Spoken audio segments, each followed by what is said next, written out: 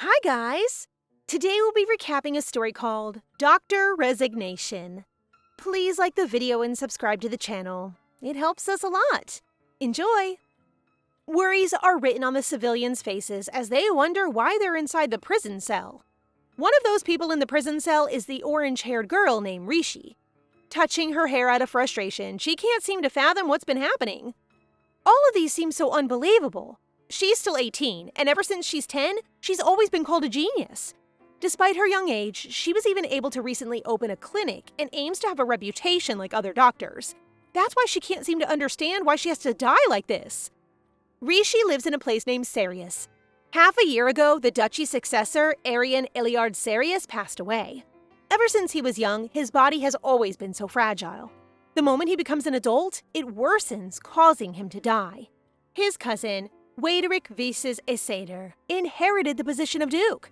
However, the moment he steps in the position, he joins the rebels, making the territory into the battlefield. The rebellion was suppressed by the royal family in a short time, wherein most of the young men of the dukedom were either killed or wounded, and the people had to pay for the huge damage. But the question still lies in Rishi's head. Why was she locked up in that place? Does she deserve it?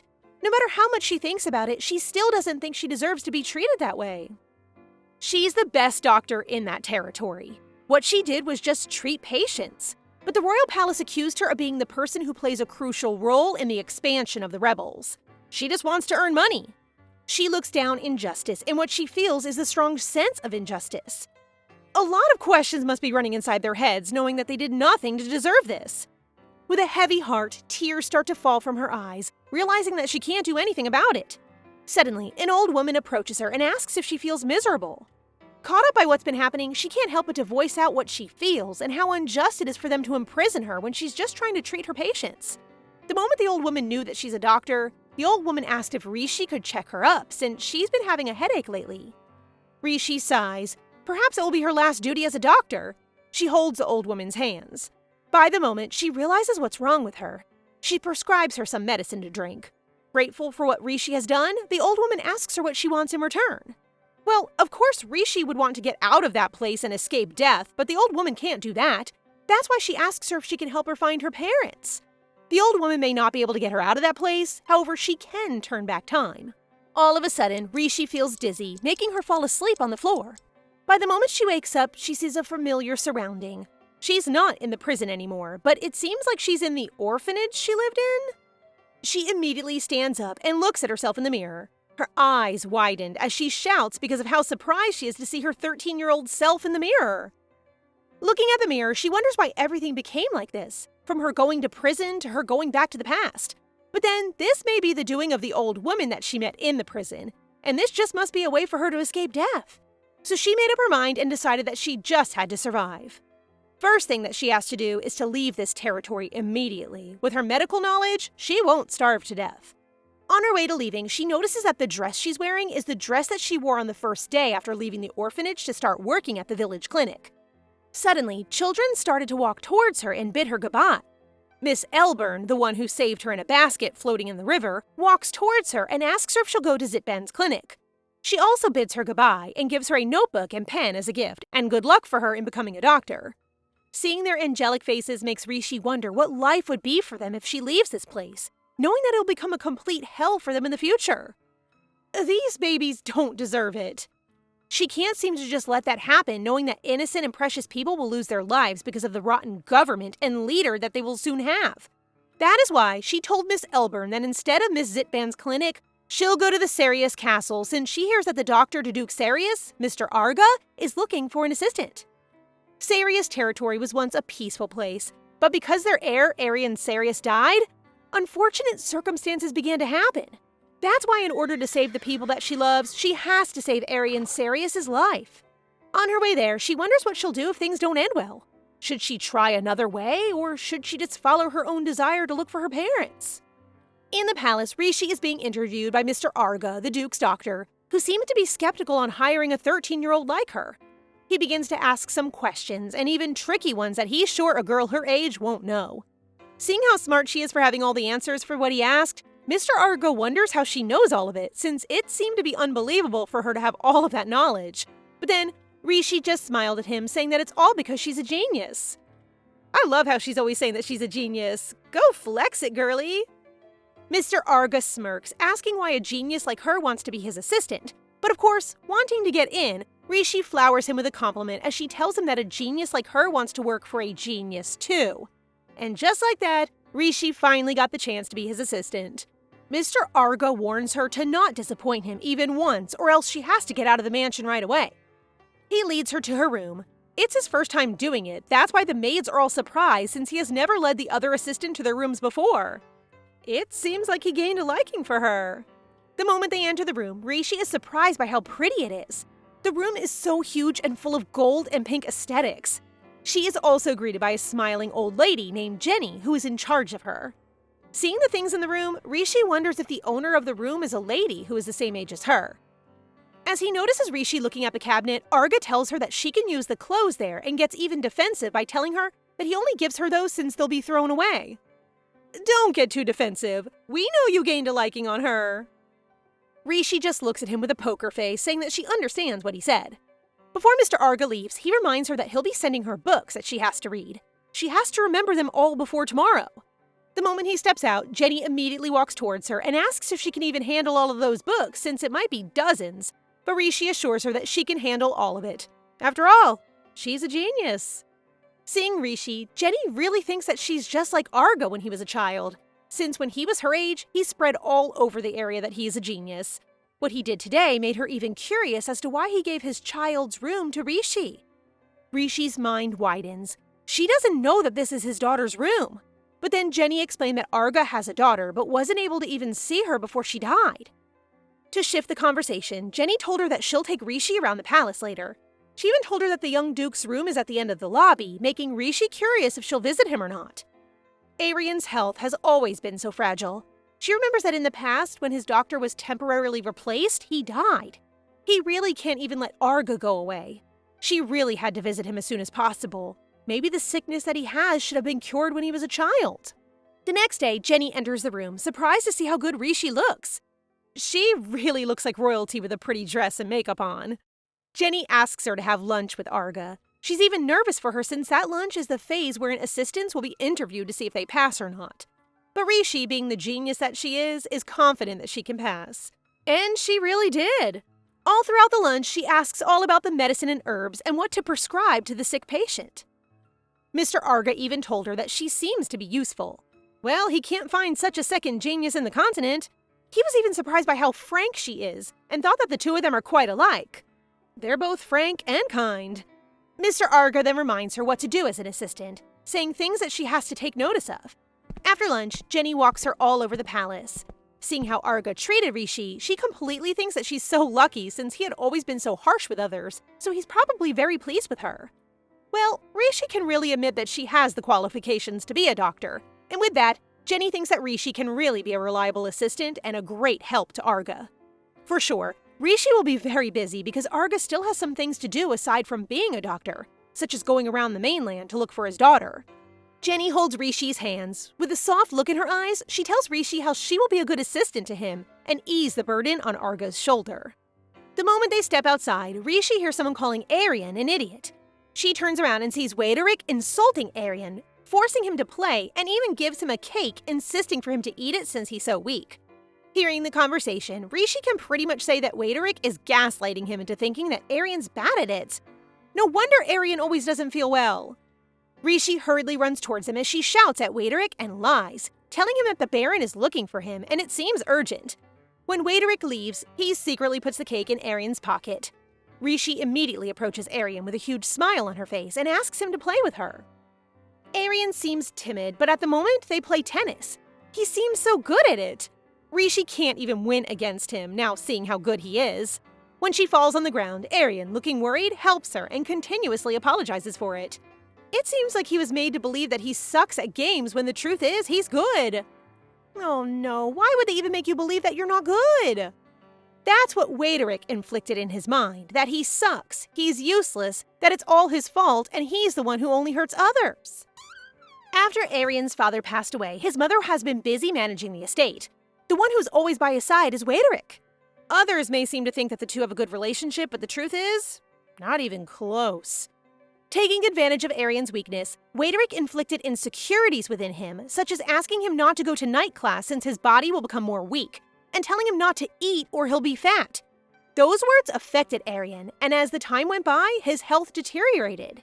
Seeing Arian's body, the situation is not as serious as she thought. He's skinny, but his muscles are in good shape, and all she needs to do is help him grow well. Weirded out by this sudden interaction, Arian asks her who she is, in which she delightfully introduces herself as Rishi, the new assistant of Arga. Arian immediately thought that she'll be kicked out right away since most of the assistants do, but instantly says no. She's a genius, right? In an instant, she looks him in the eyes and asks him to promise her one thing, for him to follow her no matter what. Clueless as to why he should follow her, Rishi just tells him that he should do that because she's a believable doctor and she'll help him be healthy. To celebrate their first time meeting, Rishi asks him to have dinner with her. At first, Arian's hesitant since he promised to have dinner with Waiderick, but it seems like Waiderick is about to go, so he had no choice. At the dinner, Rishi notices how miserable Arian is. Being controlled by other people and not being able to do his hobbies because he's afraid he'll annoy other people. Rishi gets annoyed hearing this from him.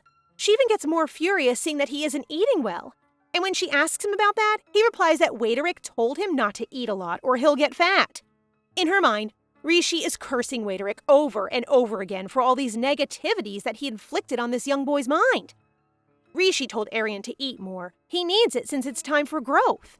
At first, Arian is still hesitant, but as a doctor, Rishi explains that she knows more than him. She asks him to eat well and exercise, and he'll be just fine, and to not listen to Waiderick ever again. Arian looks down. He thinks that Waiderick is the only person that cares for him. Rishi stands up. She looks at him and says that she cares about him more than anyone else. Rishi, please save this poor boy!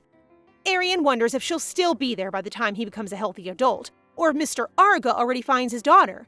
But Rishi asks him to just think about it later on, because for now, the most important thing is for him to be healthy. A pink-haired man named DL enters Arga's room and hands him some information about the little girls in the orphanage in Ariba area. He's working hard to find his daughter because if only he came with his wife to the banquet that time, all of those things wouldn't have happened. Sione, his wife, was going alone to her parents' house. He wasn't able to go with her since she wanted him to concentrate on his research. She assured him that she'll be okay, and it's also a long time before her due date. However, on her trip, she suddenly gave birth prematurely. Right at that moment, both mother and child were in critical condition, but Baron Isader helped them. Right when they're okay, since she doesn't want to bother the Baron anymore, Sione decides to go home alone with her child. That was the last time she was seen alive, because not too long after that, Arga found the body of his dead wife, and the only information he has of his daughter is that she has blonde hair and green eyes. He got this information from the Baron. However, DL is questionable with his information. What if it's incorrect? There's a huge chance that the information is incorrect, and what the Baron said is completely untrue. Suddenly, DL asks him about the new assistant that Arga got, which made his expression change. He looks satisfied with his new assistant, and even boasted to DL that she's a genius, and if she continues to work there, he'll have more time to find his daughter. Rishi's in her room when all of a sudden Arga enters, reminding her that they'll be meeting the Duchess and young Master Arian in the afternoon. He then puts a pile of treatment diaries on the table and asks her to remember all of it. Upon reading all of those treatment diaries, Rishi can't understand why the Duchess would die after 6 years when all of her treatment diaries were okay. No matter how much Arga will prescribe the right medication, if he doesn't know what the cause, they can't really solve it. That's why before the Duchess and Arian dies, she has to uncover the truth. During the meeting with the Duchess seems surprised that Arga finally brings an assistant since they tend to be kicked out before she even meets them. But she's a bit hesitant since Rishi is still 13, though it quickly goes away the moment she hears from how good Rishi is. Dedicated by her plan, Rishi plans to have the Duchess recognize her ability so she can be permitted to go to Arga's lab to find out the cause of all of this. You're a natural, Rishi. Bet the Duchess will like you right away. Checking the Duchess's health, Arga asks what she felt the past few days, in which Rishi replies and tells her the medicine that she prescribed too. She's doing this to gain the Duchess's trust. Suddenly, Arga tells the Duchess that for the meantime, Rishi will be their temporary doctor. Of course, the Duchess is hesitant about it, but then Arga assures her that he'll visit from time to time and will come back after 3 days. He then asks the Duchess that if after 3 days they confirm that Rishi's suitable for the job, he wants to go to Irbia to look for his daughter. Well, despite her doubts, the Duchess can do nothing about it. As they are walking in the hallway, Arian reassures Rishi that his mother means no harm. She just has some doubts since she's too young. But Rishi completely understands that. She just really has to do her job well. Suddenly, Rishi stops and informs Arian that whenever he doesn't feel okay, there's a bell in his and the Duchess's room, and all he has to do is to ring it and she'll come right away. In her room, thinking about Arga going to Urbia to look for his daughter, Rishi realizes that after 6 years, a paternity test will be made. She only saw it on the newspaper, but she had never reproduced it herself, and if she remembers the approximate ingredients, it might be possible for her to make it. I'm so glad she thought of making a paternity test on her own, since she's looking for her parents too. A few hours later, unfortunately, she can't seem to make it properly. If only she'd have access to Arga's lab. She's frustrated by what she's doing when all of a sudden the red light beeps. The Duchess is in emergency. Rishi immediately sees the Duchess and holds her hand. The moment the Duchess wakes up, she instantly feels better. It turns out that by holding her hand, she directly infused some magic since it's a more effective way in treating her. Rishi stayed by the Duchess's side until she fell asleep. The next morning, the Duchess sent Rishi a huge cake and a letter stating that she's so thankful for the help that she received. She finally felt relieved, and it's been a while since she slept well. Rishi feels glad by what the Duchess said. However, the moment she sees the cake, it's too huge for her. That's why she invited Arian to eat it with her. While eating, Arian also shares that he didn't sleep well last night. That's why Rishi holds his hand right away. She immediately knows that Arian has a headache and fever, so she takes him to his room and takes care of him. However, despite the pain he feels, he still assures her that he'll be okay. But she doesn't believe that. He's not okay. He's just getting used to it. That's why she'll help him to get better. She holds his hands until they can both fall asleep as she infuses magic within him, hoping that it will treat him. And it really did. Arian wakes up feeling better than earlier. She really is a good doctor. Arian, the young duke, gives his thanks to the young Miss Rishi for making him feel better with her amazing abilities as a doctor. He asks her if she's not tired, waking up early and doing everything for him.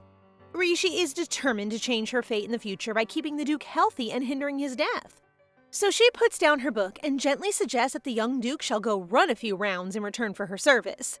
The duke is a bit reluctant as he is sleepy, yet she continues to urge him to run laps and even tries to guilt-trip Arian. Eventually, Arian gives in to Rishi and runs his laps. Despite his weak body, he manages to follow Rishi's regimen and eats a great meal.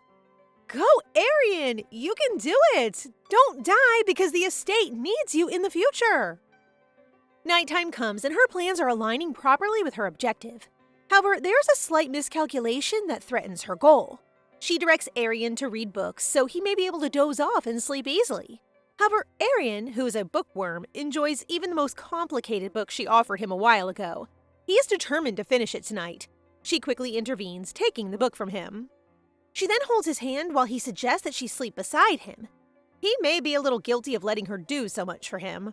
He thanks her for always thinking of his well-being.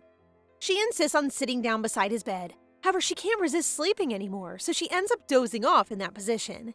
Then, she dreams of her old self, lying down on the bed with a guy who doesn't want to leave her. Quite confused, she tries to look closer to check his face and maybe try to remember him. But sooner than she expected, she wakes up, seeing the young duke sleeping soundly and still holding her hand. After a few days of curating the paternity test, Rishi reaches the final stage, but she has yet to ask Viscount Farrellman for an important component that she needs to complete it.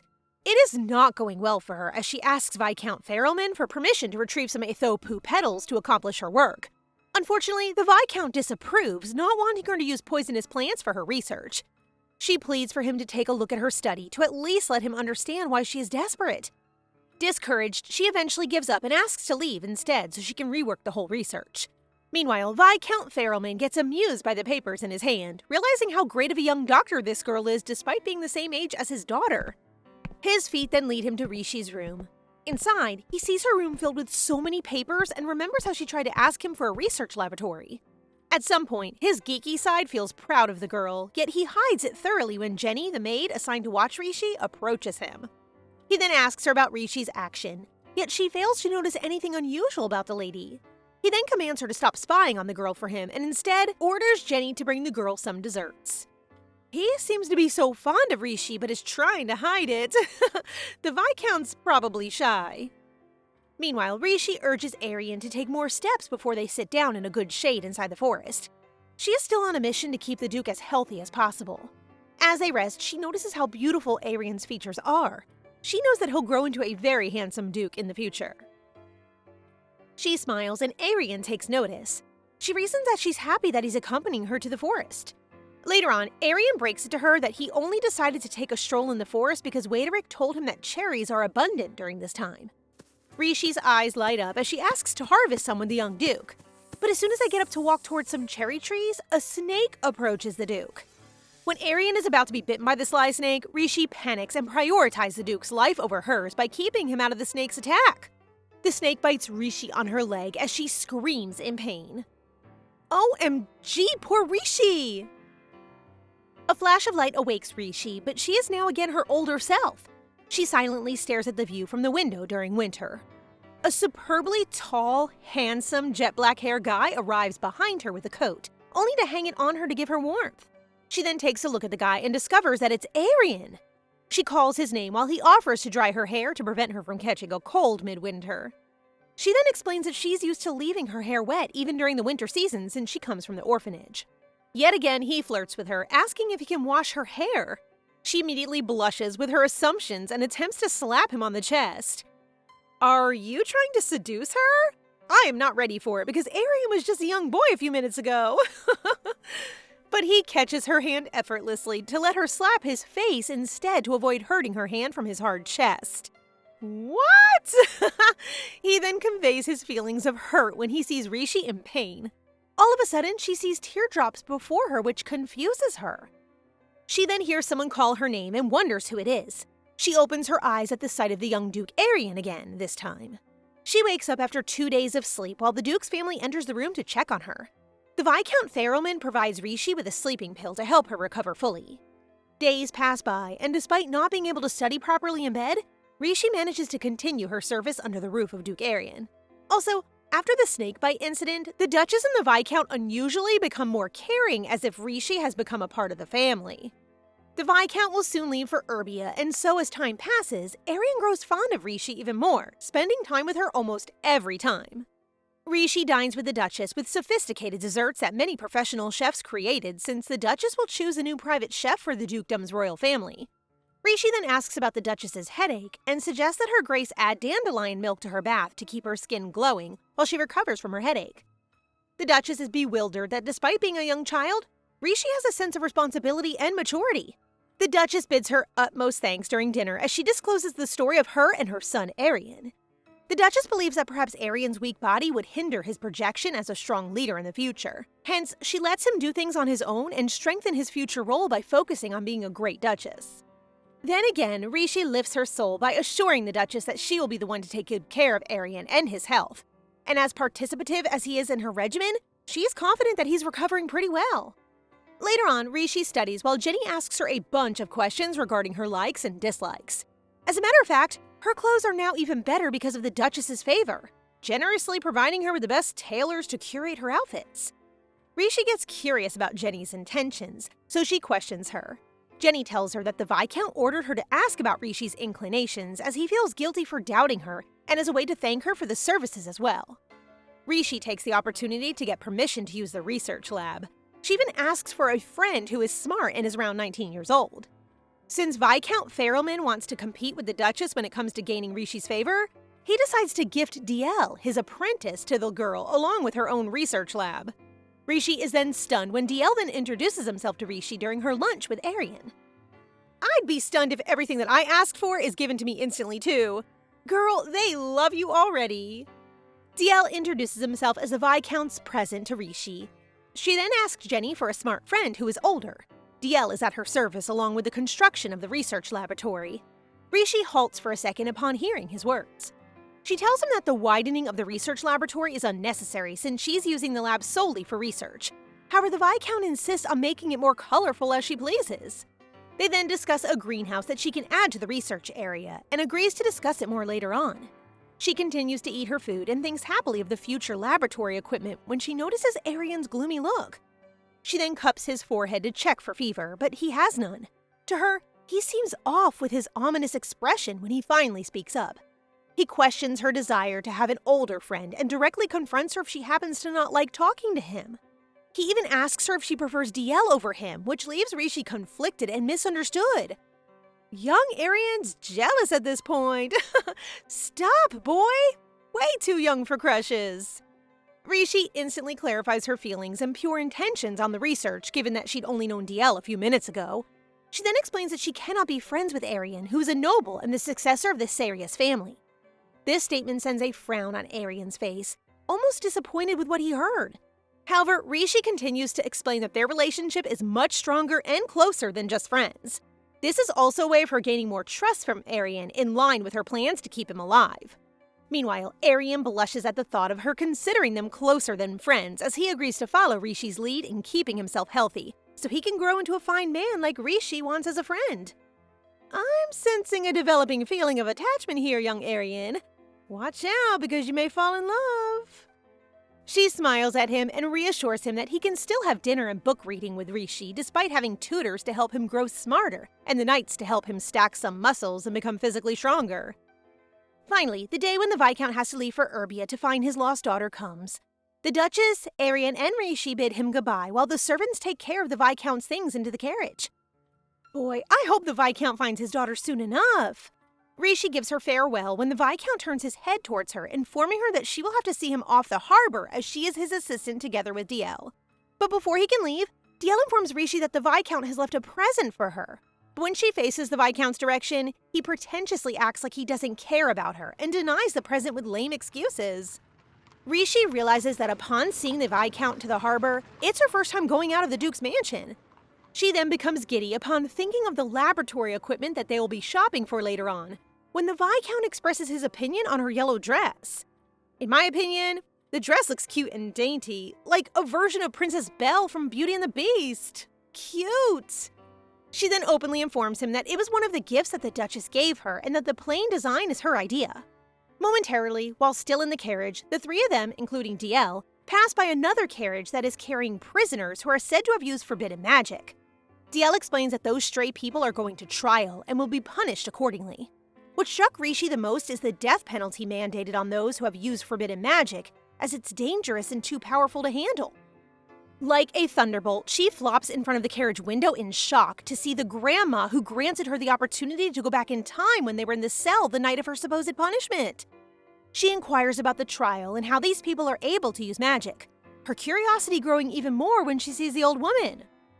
I am giddy and excited about what's going to happen. DL elaborates more about it, however ambiguously, since his knowledge is quite limited. As soon as Rishi diverts her attention to the direction where she last saw the grandma, the carriage has already gone away from her sight. She learns that forbidden magic is prohibited due to the side effects that it causes. Taken aback, she asks herself what probable side effects she now has, given that the grandma used forbidden magic on her. She dozes off to sleep, and once again she enters a world where she and Arian are their older version. The two discuss their feelings just like when they were having lunch the last time Arian got bothered by DL's presence. This time around, they speak maturely about how Rishi loved to feed and take care of Arian. With a snap of a finger, she wakes when DL tells her that they have arrived at the laboratory equipment shop. Meanwhile, the young Arian visits the general knight, Joaquin, to tell him that he is determined to learn swordsmanship to become tall and reliable for Rishi. Soon enough, Joaquin introduces Jikel, who is one of the most brilliant knights to train the heir of the Sarius estate. Anyhow, Joaquin warns the young duke that Jikel's training may be quite harsh and asks him if he can do it. Determined, he answers firmly that he will be working hard. The young Arian is taking things to the next level. OMG, this is just way too cute! Rishi, on the other hand, sneezes as if someone is thinking of her, while the Viscount and DL are concerned about whether she happens to have caught a cold. Then again, she assures them that she's fine and is evidently having so much fun with the laboratory equipment. DL lists down the necessary order for the laboratory equipment, including the sizes of the beakers and their quality. When he asks the Viscount and Rishi, both answer the same brand, the same suggestions and opinions on the equipment. Great minds think alike. DL then teases the both of them, given how Viscount and Rishi coincidentally have the same brown hair color. The two quarrel with him, yet their answers are still in unison and similar with one another. A few hours later, DL and Rishi have to send the Viscount off on his journey to find his lost daughter in Erbia. The Viscount commends them for efficiently writing down a list before shopping, which made it easier and faster for them to shop completely. Moreover, before the Viscount can leave, Rishi takes the opportunity to thank him for giving her some favors with the research laboratory and the props so she can work on her research effectively, especially on the paternity test as soon as possible. She sends her warm wishes on his journey, and silence surrounds them for a short while. The Viscount then indirectly asks her if what he offered her as a present is much more preferable than the gowns that the Duchess provided her. Rishi is confused at first, but DL helps her understand the Viscount's intentions clearly. She then agrees with him, thanking him sincerely as she waves her hand to see him off. Later at night, a servant comes to Rishi's room to inform her of Arian's muscle pain. She comes to his aid and learns that he's learning swordsmanship at such an early age. She almost panics at the thought, but he assures her that his performance is fine despite him doubting the compliments. She assures him that he has the potential, and he believes her easily. She then brings him to sleep before going out of his room. Suddenly, a flash of red light appears from the Duchess's room. If she cannot stop this early stage of the Duchess's illness, she will surely perish in 6 years' time like in the past. She fears that she will succumb to her fate earlier than usual if she's too late. She runs to find the Duchess coughing up blood on her handkerchief. Rishi enters the Duchess's room to have a talk with her. Later on, she finds out that the Duchess has been keeping her illness hidden from everyone, especially Viscount Farrellman. The Duchess is having hemoptysis for an unknown reason and is quite complicated to assess and find an accurate prescription. The Duchess then pleads with Rishi to keep her illness a secret from the Viscount given the situation. The Duchess reveals that when the Viscount knew that the late Duke, who is Arian's father, was coughing up blood, he quit his job as the main therapist of the family 7 years ago. She reveals that Viscount Farrellman's most important task in his life is to find his daughter. Yet the Duchess was able to keep him on their side with her husband's death as an excuse. With Viscount Farrellman, Arian is able to live better and safer as he's saved him several times already. The Duchess even adds that if only Arian's spot of becoming the Duke is safe and that he can live a great life, she would not mind dying early. Also, she knows that if the Viscount knows about her condition, he may quit again. Rishi thinks wisely and agrees with the Duchess's wishes. She then asks the Duchess to let her have the handkerchief with her coughed-up blood on it so she can do some research on it. Hopefully, she can curate a good and accurate prescription. With this said, the Duchess feels a sense of relief knowing very well that she can depend on the young lady despite her young age. They then continue to discuss her condition until the topic shifts to the research lab. Rishi gives her biggest thanks to the Duchess for allowing her to use the research laboratory, and even providing her with a new greenhouse for research purposes. More so, Rishi suggests that the Duchess should stop hiding her symptoms any longer from Rishi, so she can track down her condition and find out what she can with the knowledge and abilities she possesses. Meanwhile, the young Arian learns some tricks which are basically about not believing what others say, as people tend to lie to get what they want.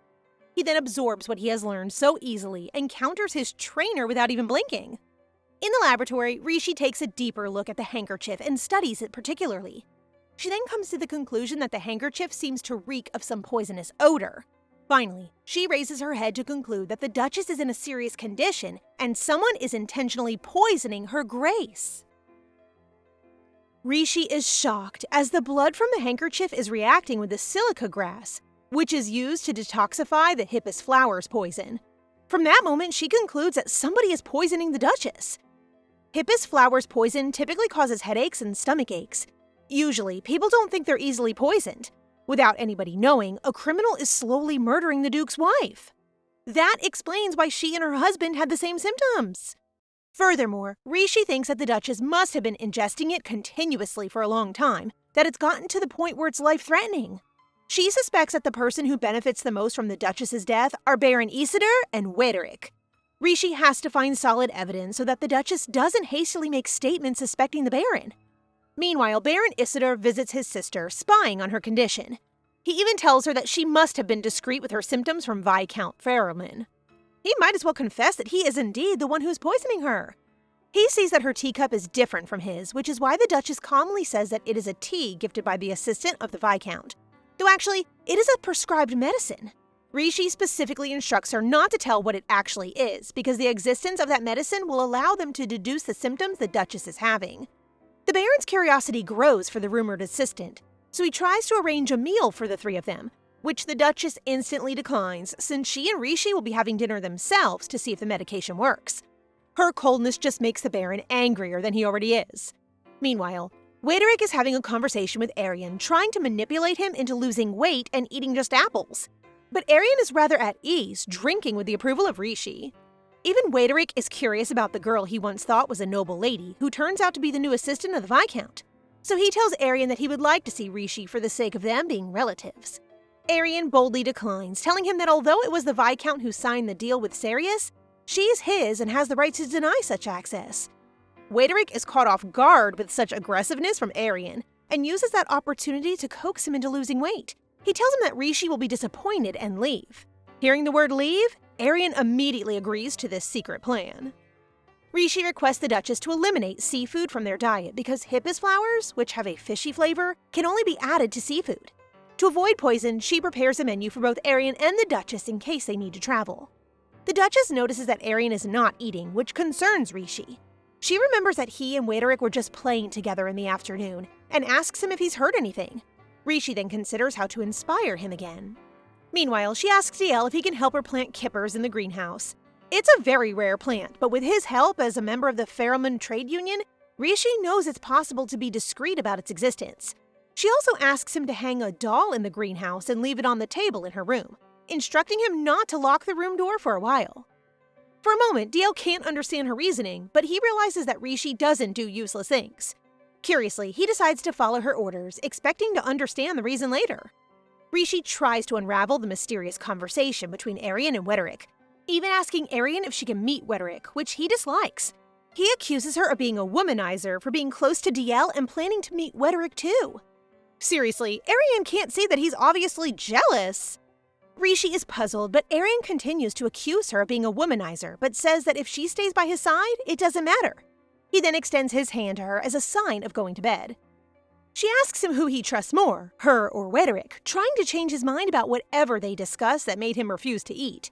She reminds him of who she is and who he is, and that no one else's opinion is more important than his. Arian understands and tells her he'll engrave this wisdom in his heart. They then exchange their goodnights. Rishi finds herself at a noble party, confused as to why a commoner like her is there. She realizes she's in a stunning gown and appears to be a 13-year-old girl. Standing from afar on the outside balcony, Rishi sees a seemingly cold man. He notices her, grabs her tightly, and appears angered by something. He asks her if she had a good time dancing with the beggar crown prince, or the ravenous wolf-like boy, as he likes to call him, who allegedly had his hand on her waist. He closes the distance and whispers personal questions, insulting her for being promiscuous in a seductive way, and tells her the most important thing is that she does what he says. A sudden noise from the party inside catches her attention. A bang at her door wakes her up from the nightmare. DL, shocked, reports to her that just as she told him, the greenhouse key is missing. Though still curious about her nightmare, they hurriedly go to the greenhouse. Rather shocked, Rishi seems fine, as if she expects such a thing to happen. She even compliments DL's skills, observing that the trees have grown quickly in such a short period of time. She has a hobby of calling DL slave, which confuses him. She tells him the next job is to hide and wait for the criminal to arrive. Within the sacks of fertilizers? Poor DL, he surely is confused. She tells him it will most likely be at twilight after Kippa's fragrance has faded. She gives him a one-time use messenger magic ring he can use to call her once somebody arrives. Meanwhile, the Duchess, Rishi, and Arian are having a walk. Rishi is not sure why she's standing in the middle and holding their hands. I thought it's only me that thinks they look funny for some reason. The Duchess suddenly asks Arian if it's okay if he can't see Wederick anymore, which he agrees to since they've already been together this afternoon horse riding. He defeated both Wederick and Ezekiel. Hearing that Arian rode a horse and won shocks the Duchess and makes her proud. On the other hand, Rishi is yapping about how she hadn't supported him and tells him that next time she'll be there rooting for him and only for him. Girl needs to be arrested. She doesn't know how her words affect him. Suddenly, the ring on Rishi's hand glows, indicating that DL is signaling her. She brings them with her to the greenhouse. She sees the door open, which she's sure she locked before leaving. She charges inside the greenhouse looking for the intruder and sees a maid stealing her kippus. The maid trembles in fear, unable to form a word. At that moment, Rishi is excited about finally having evidence Baron Isidore can't deny. In a lot of ways, Rishi corners the maid with her crime. She tells her that after the seafood was eliminated from their diet, they couldn't control the fishy scent of the hippus flowers, nor could they drink it in a short time. The kippus fruit that could get rid of that scent appeared in the greenhouse. They want to be greedy and use it as a new way to administer the poison. Trembling, the maid confesses that she just followed orders. Rishi explains everything to the Duchess and Arian, who are both shocked. A grim and dark aura overtakes the Duchess's face as she orders DL to call Duke Hoken for questioning. Facing Rishi, her expression softens. She hugs Rishi and thanks her. The real culprit, however, is not caught so easily. The maid commits suicide by biting her tongue as soon as the torture begins. Her information remains unknown, and the person who recommended her, the Viscount's last assistant, has disappeared. As the new assistant, Rishi realizes this won't be easy and that she may also be in danger. DL tells her how cool she was today, noting that even Arian's eyes twinkled as he looks at her, despite not knowing the details. They continue to talk about what happened. DL shares that the Baron directly handled the Viscount's daughter when the Viscountess gave birth prematurely in the Baron's territory. The Viscount never saw his daughter. He only heard that the baby was blonde and had green eyes. That's why he's checking all the 13-year-old girls with the same description. All the puzzle pieces fit together.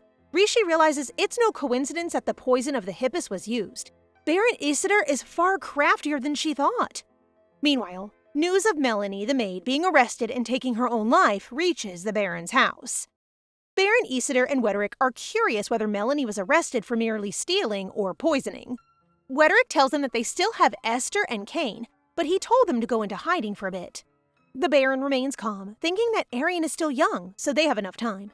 However, hearing about Arian's changes because of the new assistant, the Baron realizes they must pay attention to her. He suggests Wederick meet her, recognizing that she's not an ordinary person for a 13-year-old girl. If she's there, it will be hard for them to place new people in the castle, so they need to get rid of her. Not surprised in the slightest, Rishi might as well tell the Duchess beforehand that these people kept trying to feed her son something that made him sick. Luckily, most people in the mansion believe the Duchess disposed of the thief. Rishi is concerned about the Duke's reputation if the punishment is too harsh, and she also thinks it's not naturally kind. But the Duchess assures her that she can make those who just moved to the mansion be more careful, especially since the real mastermind behind all of this still hasn't been caught. Rishi asks the Duchess to conduct blood tests more carefully more frequently, particularly for Arian. The Duchess is shocked to hear that Arian might be in a similar situation, but Rishi can't reveal her suspicions about a certain individual. The Duchess thanks her again and asks her to stay in the Duke's mansion to take care of Arian. She even tells Rishi that once Arian grows up, she'll make her the main doctor of the mansion, not minding the Viscount since he just came to find his daughter. Rishi feels overwhelmed, but when the Duchess asks if she wants anything, she tells the Duchess she wants one thing: to find her family. Without hesitation, the Duchess agrees to announce it to the whole empire, recognizing that everyone needs family. She even offers to be a mother to Rishi if she needs one. The idea of a commoner being a daughter of a great noble freaks Rishi out. It seems impossible in any other universe for me as well. That there sure is a flex. Way to go, Rishi! Still processing what she heard from the Duchess, Rishi sees Arian and Wederick playing tennis. She cheers for Arian, encouraging him. Arian scores immediately after, but petty Wederick argues it as a transgression, suggesting Arian broke the rule. Seeing how Wederick insults Arian, Rishi charges at them furiously. Wederick and Rishi start to argue, but as soon as Wederick gets rude to her, Arian slides in between them, protecting her. He warns Wederick and asserts his power as the next master, declaring Wederick's behavior unacceptable, especially on his territory and toward his person. His person? This normally sounds possessive, but why does it give me butterflies? Meanwhile, Rishi is in tears seeing Arian mature. She even thinks he's growing up too fast. Her Arian has changed. Wederick is speechless at how a commoner is more important than him. He's even more speechless every time Rishi flaunts how beautiful and smart she is. Arian warns him not to behave impolitely to Rishi and turns his back on him, leaving Wederick angrier than ever. Wederick tells the Baron about his encounter with Rishi and how Arian acted around her. Is he telling his mom about his boo-boo? The Baron tells him to endure because if their plan succeeds, the entire Sirius territory will be theirs. He then calls the Viscount's wife and their daughter. The Baron is sure the daughter could not survive or find the Viscount if he survived. On the other hand, the Viscount returns after a long time, alone again. DL can't help but comment on the many bags filled with all sorts of things the Viscount brought. Many is an understatement. I mean, I think he just decided to bring everything his eyes laid on. The Viscount tells him he picked them up somewhere, which DL immediately concludes that they're for Rishi. It's very obvious since in the Duchy, Rishi is the only one who uses such things. The Viscount finds out that Rishi is searching for her biological parents just as he is looking for his daughter.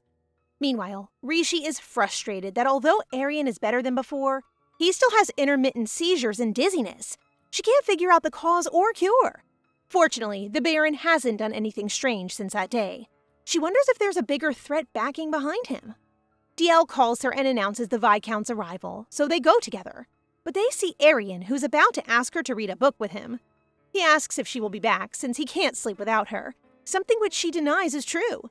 Rishi can't help but think Arian is like a baby. Afterward, she greets the Viscount on his return. The Viscount tells her she's arrived at the right time because he's throwing something away, so she can take whatever she likes. He's still pretending not to care. How cute. But instead of fancy dresses, an herb catches Rishi's eyes, the so-called soft grass. A few days later, she has already investigated how soft grass affects the environment and linked it to Arian's symptoms. But if she wants to use the treatment, she has to go to Erbia. Arian is only 14 years old. She's afraid something might happen to the sole heir of Sirius. If they go, she doesn't know if the Baron will do anything. He needs to go as quickly as possible. Even before Rishi finishes explaining, the Viscount sees how important this is to her. He pats her head and tells her he will inform the madam and proudly says she did a great job. Being sweet to each other is unusual for both of them, so they feel embarrassed, trying to be nonchalant.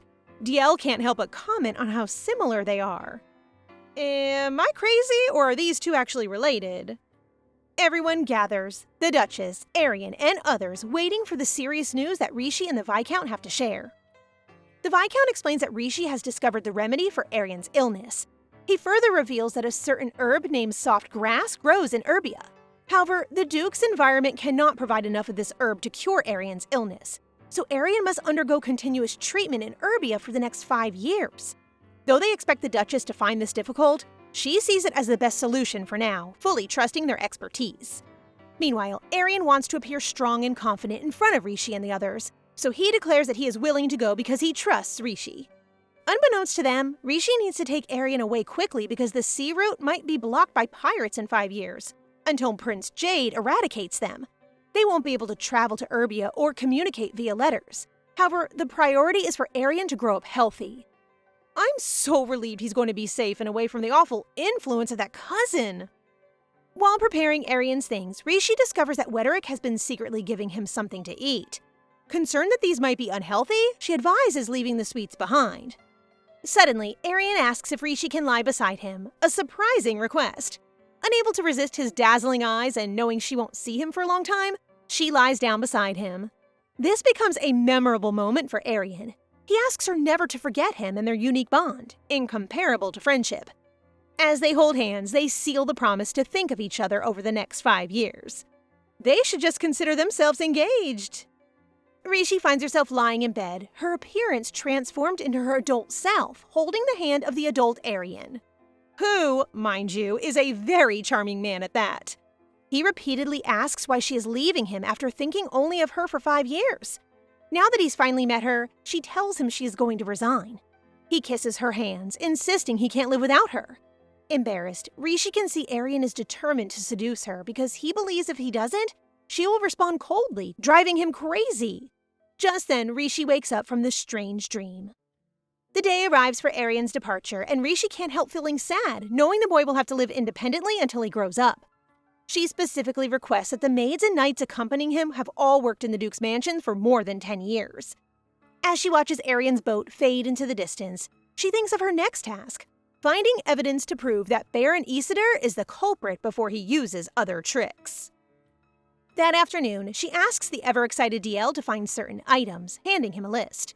Rishi attempts to analyze the ingredients and preservatives in the biscuits Wederick gave to Arian, but it proves more difficult than she anticipated. She recalls the rebellion that took place before Arian's return, realizing she must send as many letters as possible before the route is cut off. While writing a letter, she remembers his naive face and emphasizes that he should not be misled by anyone, urging him to remain dignified and confident. As she predicted, not long after Arian left, the sea routes were blocked. Only short messages can be exchanged by doves. Once, a magic device briefly connects them, but the signal is poor and they can't talk. She only notes that 16-year-old Arian's voice has changed. For the past 5 years, she monitors the Duchess's condition, and Baron Isidore visits less often. Rishi herself grows more beautiful over the years. The Viscount visits and marvels at how quickly time has passed, observing Rishi's growth. He discovers that Rishi's designated birthday is in June, the same month as his daughter was born. Sadly, no miracle happens for Ferrelman. DL even contemplates the idea that his daughter might not have green eyes and blonde hair. That's an idea there! Can't they see she's the exact spitting image of the Viscount? Rishi encourages him not to give up, sharing that she is also searching for her parents with the same determination. She tells him to think of things he can do once he finds her, like being there on her wedding day. At lightning speed, the Viscount transitions into a protective father who won't allow his daughter to get married. Poor girl, she has a very sensitive father. We'll stop here for today, guys. Yes, I know you want more. Don't forget to ask for the next part in the comment section. Thank you guys for watching and for your support. Please subscribe to the channel. It helps us a lot. Till the next one.